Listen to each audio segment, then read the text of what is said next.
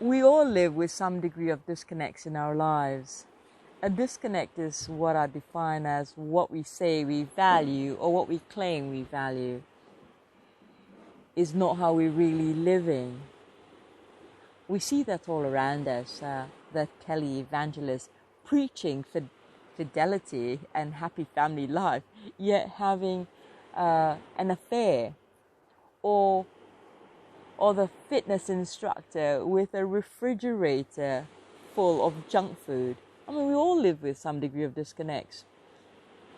I like to talk about narrowing these disconnects. And why even bother? Because I think ultimately when you narrow your disconnects and you start to live in alignment, you start to live authentically. That makes decision making a lot easier because you're not pulled at different corners or in different directions. So how do we narrow these disconnects? First thing is to realize we all have disconnects and not to beat yourself up on it. The second way to narrow your disconnects is to actually identify what your disconnects are. We all have them. What are your disconnects? What is it you claim you value, but you live quite differently from what you claim you value? The third thing is get to know what your core values are. We hear all sorts of things from the media, from when we were raised, about what we should value. But what do you really value? What are your core values? Maybe your core value is freedom and flexibility. So sitting behind a desk for 9 to 5 is really hard. So get to know what your core values are.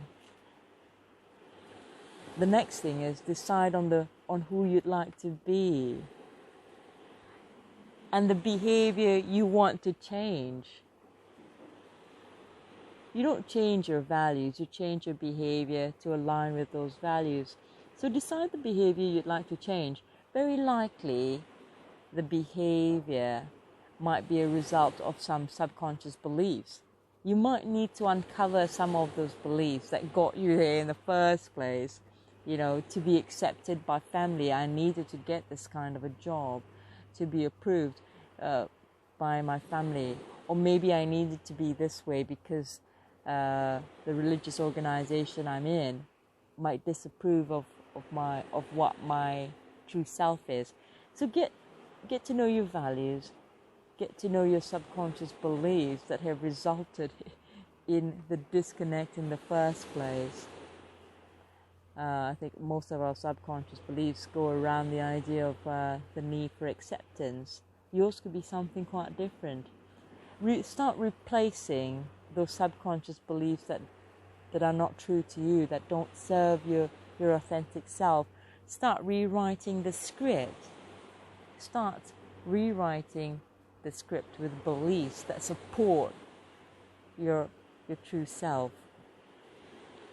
Realize a belief could be, well, if I told everybody I was this way, I'd be rejected. Start rewriting and saying, well, question those beliefs firstly, question those beliefs, and then rewrite and says, well, the right people will come into my life that support me for who I really am. Or, the idea that I have no money, I cannot do this, I cannot do that. Then ask yourself, what do you really value? Maybe what you value is security, not freedom and flexibility, but get to know what you truly value. What are your core values? Be true to yourself. And then finally, rescript to support those core values. Take action with behavior that aligns with those values. I think authenticity is important.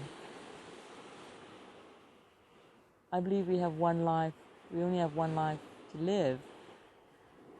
And the best way to live it, I think, and I value, is living authentically. Yes, it is my value. So what does that mean for you? What would it look like for you to narrow the disconnects in your life? I believe narrowing the disconnects in your life will give you more joy. You'll tap into who you really are and the person you want to be. I'm Jennifer Thompson with Compelling 365.